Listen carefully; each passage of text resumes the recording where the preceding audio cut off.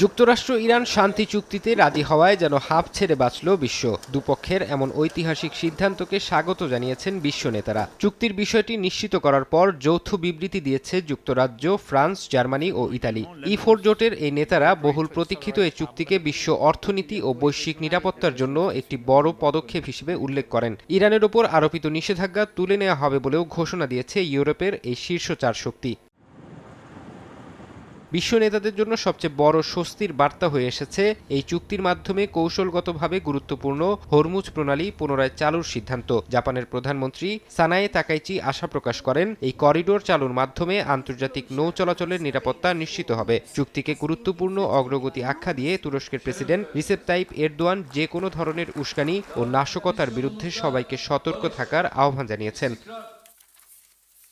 এই চুক্তির পেছনে পর্দার আড়ালে থাকা মধ্যস্থতাকারীদের ভূমিকার প্রশংসা করেছে সবাই। কাতারের প্রধানমন্ত্রী শেখ মোহাম্মদ বিন আব্দুল রহমান আল থানি এই সমঝোতাকে স্বাগত জানিয়ে আলোচনার অনুকূল পরিবেশ তৈরির জন্য বিশেষভাবে পাকিস্তানকে ধন্যবাদ জানান। জাতিসংঘ মহাসচিব আন্তোনিও গুতেরেজও এই সফলতার প্রশংসা করেন।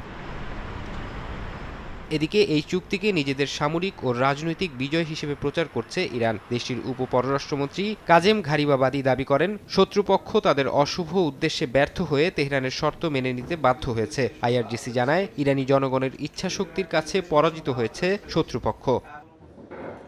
অন্যদিকে ইরান যুক্তরাষ্ট্র চুক্তিতে সম্মতি হওয়ায় ক্ষুব্ধ প্রতিক্রিয়া দেখিয়েছে ইসরায়েল। দেশটির বিরোধী দলের নেতা ইয়ার গোলান বলেন, এই চুক্তি তেহরানের বিরুদ্ধে তেল আবিবের সব সামরিক অর্জন মুছে দেবে। তিনি আরও বলেন, নেতানিয়াহু প্রধানমন্ত্রী হিসেবে দায়িত্ব ছাড়ার আগে শত্রুপক্ষকে শক্তিশালী করে যাচ্ছেন। ফারহাদ চৌধুরী, সময় সংবাদ।